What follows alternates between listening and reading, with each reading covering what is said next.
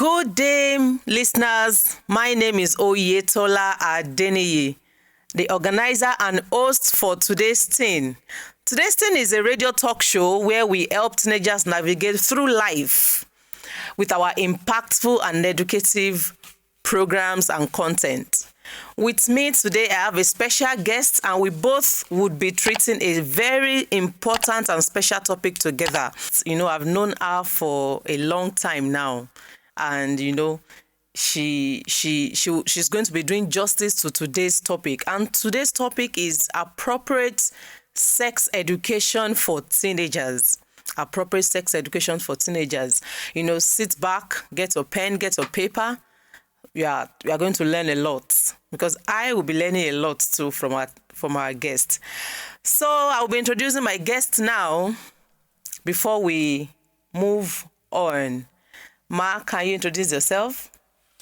Yeah, thank you so much for having me. My name is Joy Farm Olafusi, and I am the founder and president of Justified Women Forum, a ministry that houses single ladies and married women, where we raise women of substance and value. I am also a volunteer consultant at Lightheart Consultancy, a non-governmental organization that educates on appropriate sexual education, and also help traumatized individuals from sexual abuse go through their healing process. Thank you. Wow, that's a whole lot of that's a profile. Okay, ma. Thank you so much, ma. You're welcome. Okay, welcome you once again. And before we continue, I would like to ask a question. Okay, now to our first question, ma. I hope you are ready for us. Yes, of course. Thank you. Okay. Can you give us a brief overview of what sex education is about? All right. Well, it is interesting to know, how people have grouped generations in this time and season. And this generation seems to have their own unique characteristics, So, for example, during my childhood days, the kind of education we received then did not include total sex education. We studied parts of the body and the reproductive systems and topics in biology, but then they were only meant to help us answer questions in examinations, So we were not awesomely taught or to understand the parts of our body in a way that would make us understand that body for ourselves, and how to protect and preserve our private parts, or defend ourselves from predators or invaders. So, and even at that time, many people have been sexually abused unknowingly to them. To them. Yes, unknowingly to them. From my own experience, there are some things I experienced, growing up that I didn't even know was sexual abuse. Not until recently when I started, having better understanding of it, of these things. And I was like, wow, really? So I was actually sexually abused all these times and I didn't know. So within the Nigerian context, when people read or hear this word sex education, they get the impression that it is about teaching children sexual activities, and that it is immoral to do. But then I would like to say that in this season, it would be unfair, not to take children through sex education that is age appropriate at this time and age. So children are not to be exposed to sexual activities, but then there are various stages of this growth and experiences that comes with it. What to do and what not to do, they need to be taught. So this is what appropriate sex education is about. And I must say that parents, teachers, guardians need a guide to how to teach children this aspect of life. The Bible says in Proverbs chapter 22, verse 6, that train up a child in the way he should go, and when he is old, he will not depart from it. And appropriate sex education is part of that training. The social media and the society in general are full of sexual education as well. And children are exposed to them daily. Daily. So most of these exposures are negative, and it is important for children to be educated properly to avoid pitfalls. And that is what appropriate sex education is about in this time and era. Wow.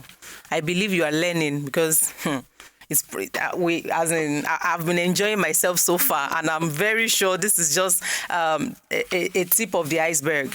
So now, because of our time, I want to move to the next question because I know you have a lot for us today. Yeah. So talking about teenage sex, what do you have for teenagers listening to us, considering the fact that everybody grows from childhood to adolescent, which is also called puberty or teenage age. Yes. So what do you have for us? What is it about this sex, teenage sex? Well, like we all know, when you talk about the teenage, it is a transition from childhood to adulthood, and it comes with physical and emotional changes, which differs from boy to girl and also differs from individuals, So these developments may feel uncomfortable and clumsy at first for, teenagers. So during puberty, many people may begin to develop sexual and romantic feelings for the opposite sex, because their emotions are also going through changes. Yes, of course. So in some instance, some people may begin to notice that they are having romantic feelings, for people of the same gender, so to say. And this could be due to many factors. And some such individuals should actually talk to a trusted adult who can help them channel their feelings to begin to have natural affection for the opposite sex as it is meant to be, So talking about teenage sex, let's talk about crush. Crush now, having crushes. So it is it's also called infatuation, We all had crushes in secondary school. So it's a feeling of attraction towards the opposite sex, and this is normal for everyone. Like you said, we all have crushes. So it's normal for everyone as they cross into puberty. So when you have a crush on someone, you always want to see them, you always want to talk to them, you always want to dress up in such a way that you can say that again.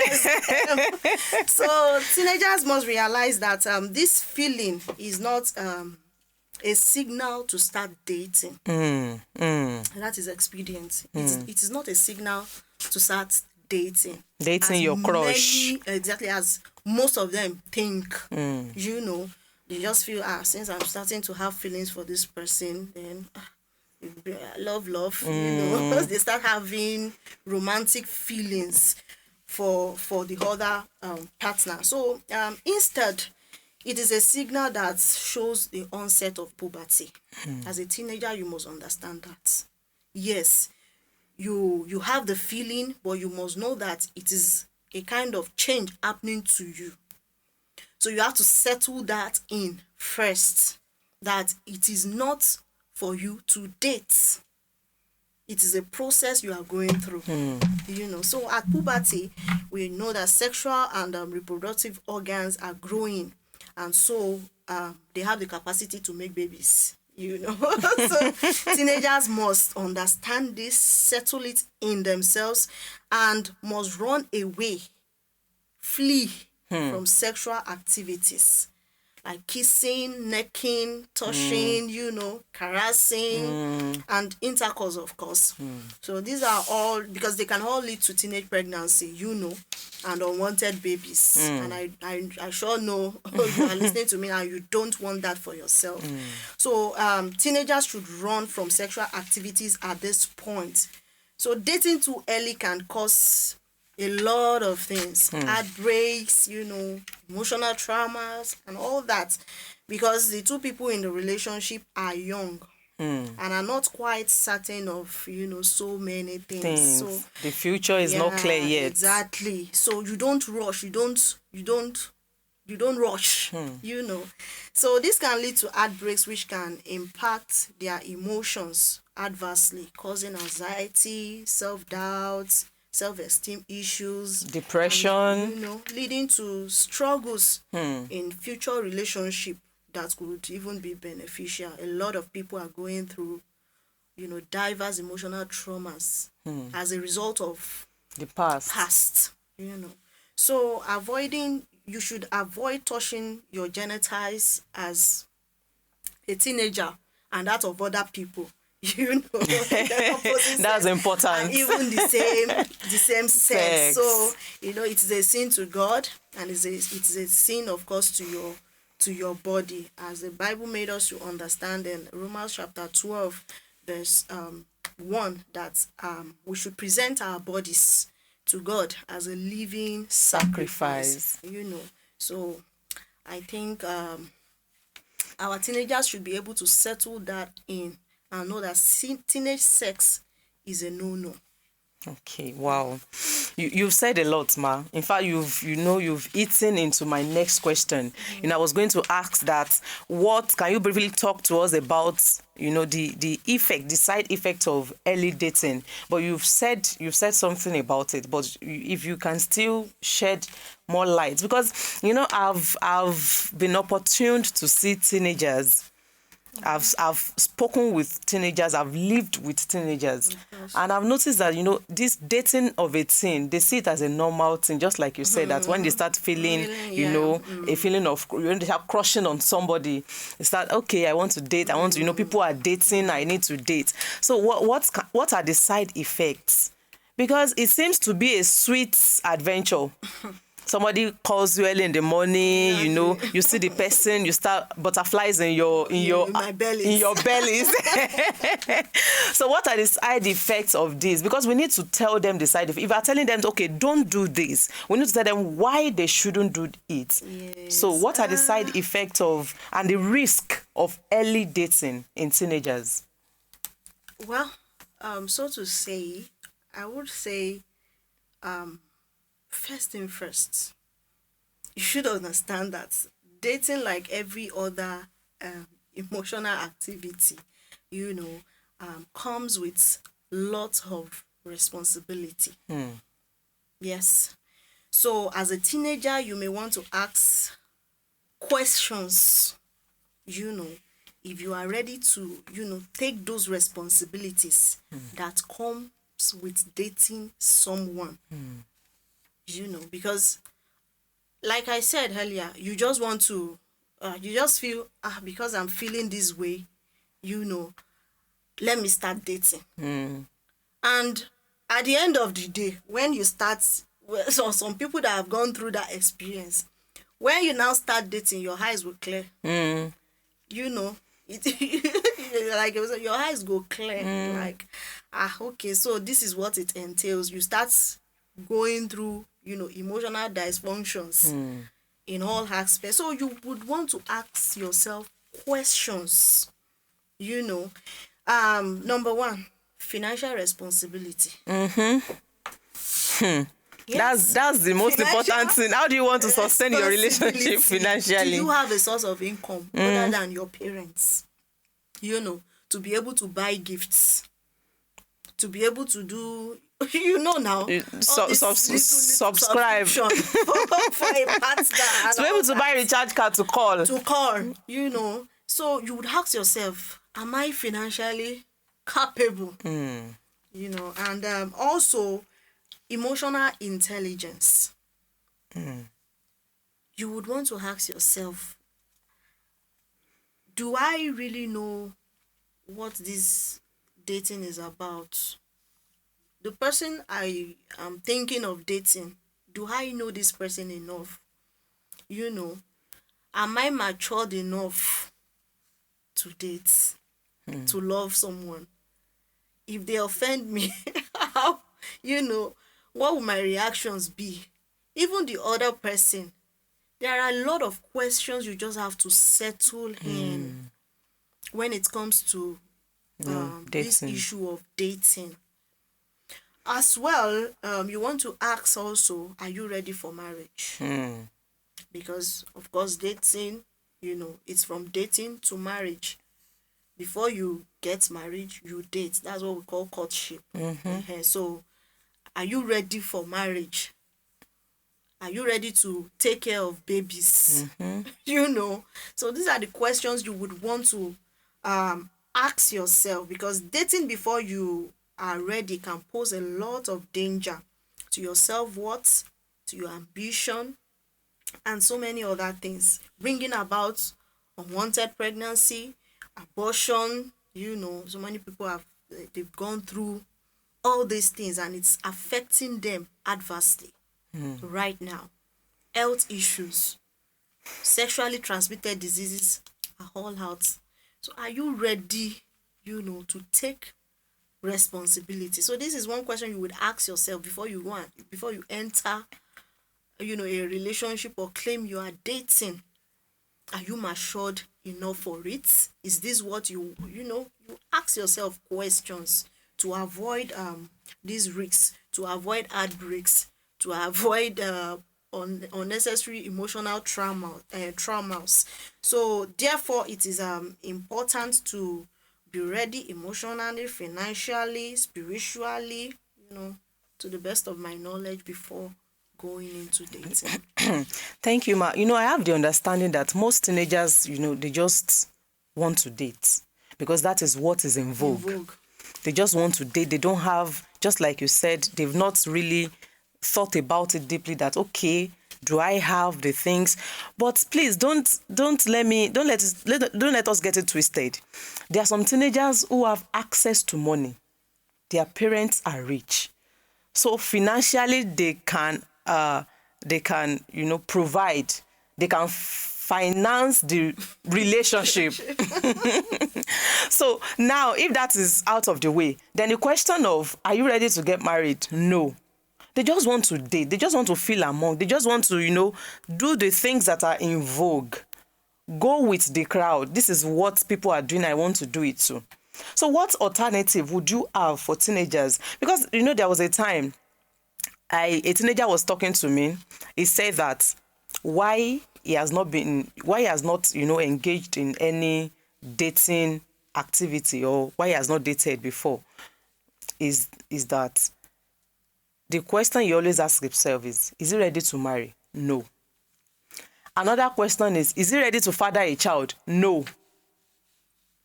So he says, if he dates at this point, what are they going to be doing? You talk, you get tired. Mm-hmm.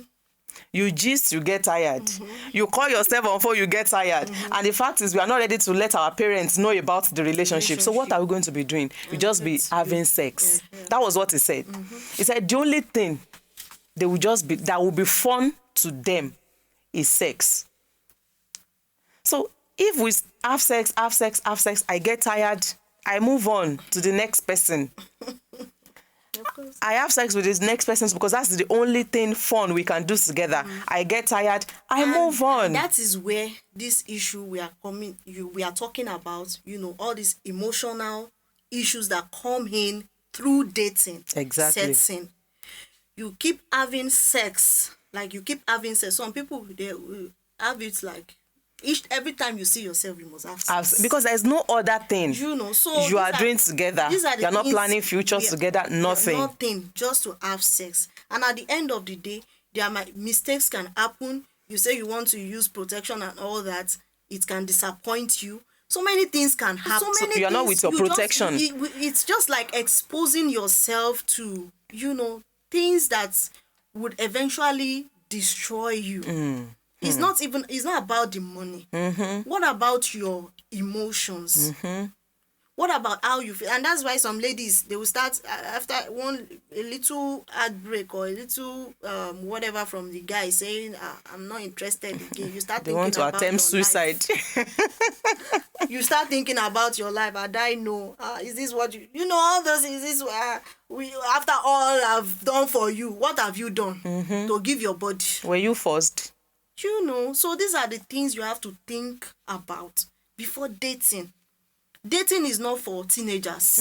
Yes, it is not for teenagers. It is when you are matured enough, you are ripe for marriage, then you can think of dating someone because it's going to lead to marriage.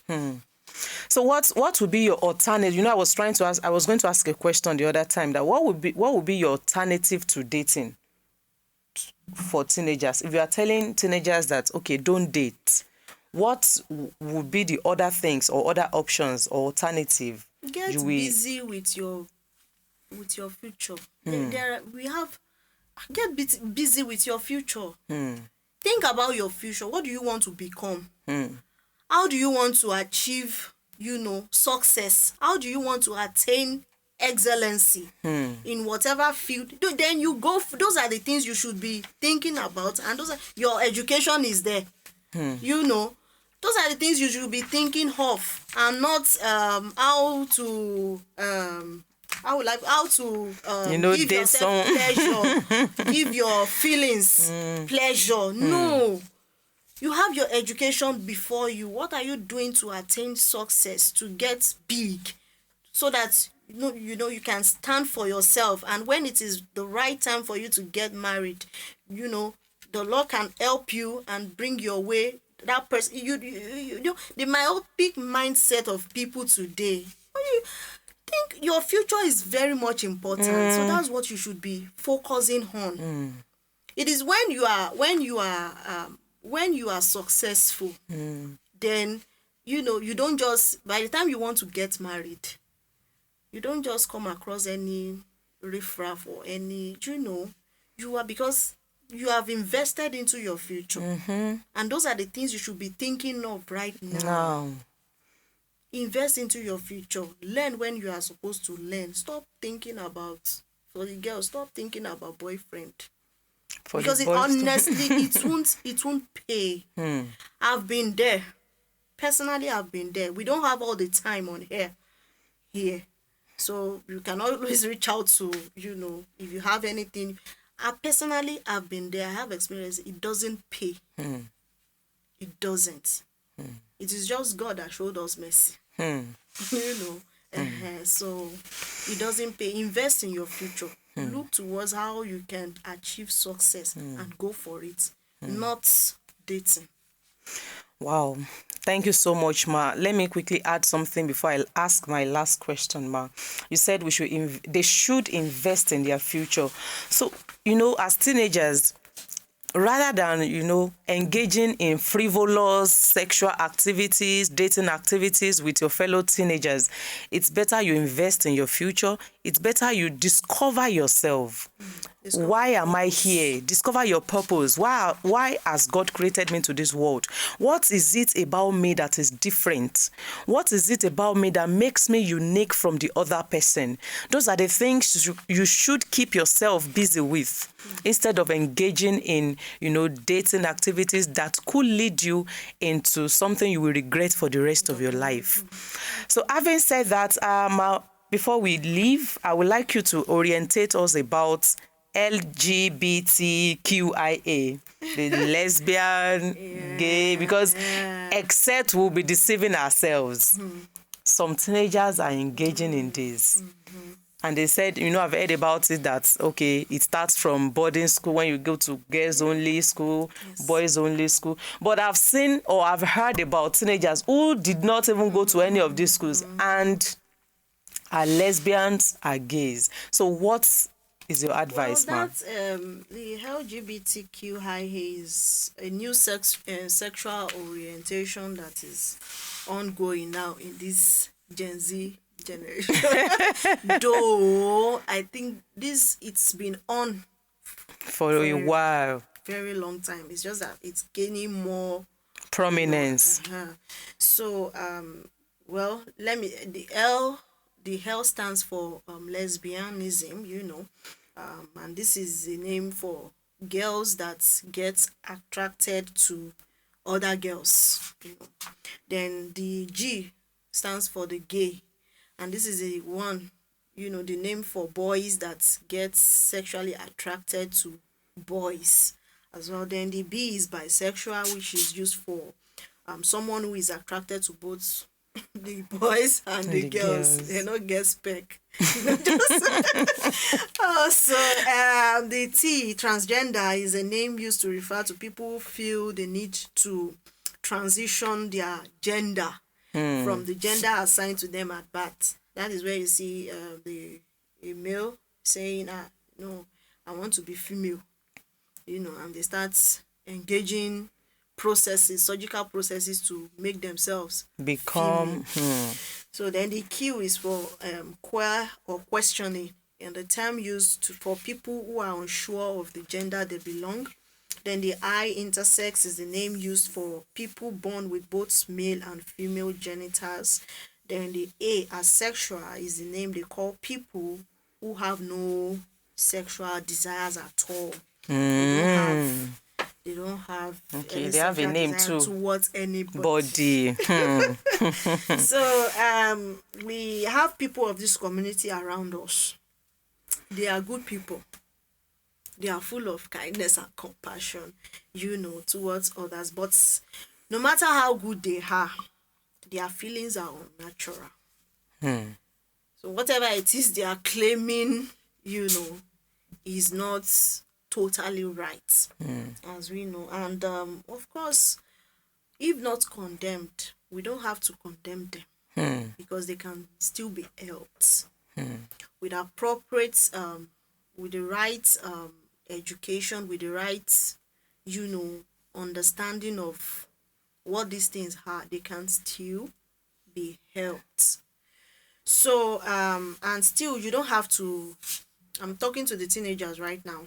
If you know them, maybe they're around you in your school, the neighborhood, anywhere, your friends. You don't have to be like them. You don't have to be like them, and you don't have to be influenced by them, because most of these people, they are actually looking at how to influence Other people. So God was deliberate when he made us. That is what I want you to know. He's deliberate when he made us, and he has intentions for what he wants us to be when he created us. So as a teenager, if you feel this way, you have to talk to a trusted adult or counselor. And I also want you to know that you are loved. The one who made you loves you. And still, you can reach out to us as well for counseling and prayers as well. So it's just a sexual orientation, gaining prominence these days. The LGBTQIA. It's all over the world. In fact, they're having a community now. They have, and that's why parents. There was a time my boss was like, "You have to teach your children. You have to teach your children what the rainbow really means, because the rainbow, I think, is their logo. So teach your children exactly what the rainbow means. According to the Bible days and all that. So the rainbow is their logo, and we even have all these DSTV channels that promotes this sexual orientation as well. But then, to cap up, let me talk about the social media. Okay. Social media, as we all know, evolved from the internet to the email, all these messaging apps and all that we have now. So it has helped build great careers, businesses, spiritual relationships that may have never been possible then. But also, social media is also promoting crimes, diversity of crimes. So as a teenager, you must know that you don't, on the social media, be careful. You are exposed to so many things in there. You can, before you know, you are clicking on a link now, before you know it is taking you to where you don't know. No, they take me where I don't know. And from there you start, checking out, you start looking at what do they have here. Contents that are unhealthy, to use spiritually, they are unhealthy academically, they are unhealthy to use psychologically and all that. So you must be aware of these things. You don't share your information to strangers. You don't send your nude pictures on the social media. I know you have friends, that you connect through on WhatsApp and all that, and all that. They want you to send you to send them Your nude your nude pictures. pictures and all that. Please don't do it. Don't do it. Don't do it. Be assertive to whoever it is and you are liable to unfollow and block. That is why it doesn't.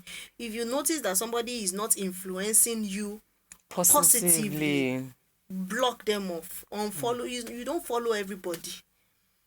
Block them off, unfollow them. And if they are close to you, trying to penetrate into your privacy, so to say, that can lead to sexual abuse and all that. Open up, speak out, so that you can get the necessary help that you need. So the social media, like I said, it is used for great things. There are great doings on the social media. So you might want to use that avenue, to build something good for yourself. But on the other hand, try as much as possible not to allow the social media to influence you negatively. Yes, ma'am. Thank you so much, Ma. It's been an awesome experience. Thank you so much, Ma. We've learned a lot, and I'm very sure the teenagers listening to you have learned a lot. And, I'm sure by now their jota is very full. Thank you so much. And we are looking forward to, bringing you again next time. If you will avail us. Okay, she said something that, cry for help when you need one. You can send us messages on my social media handle. You can send your feedback. You have a question. You have something to expose. You have something to tell us. You want to seek for advice. On Instagram, my Instagram handle is Oyetola_Adeniyi. You can send me messages through Gmail at tolamary2015@gmail.com or impactnetworkinternational@gmail.com. You can watch this talk show again on YouTube at Oyetola Adeniyi.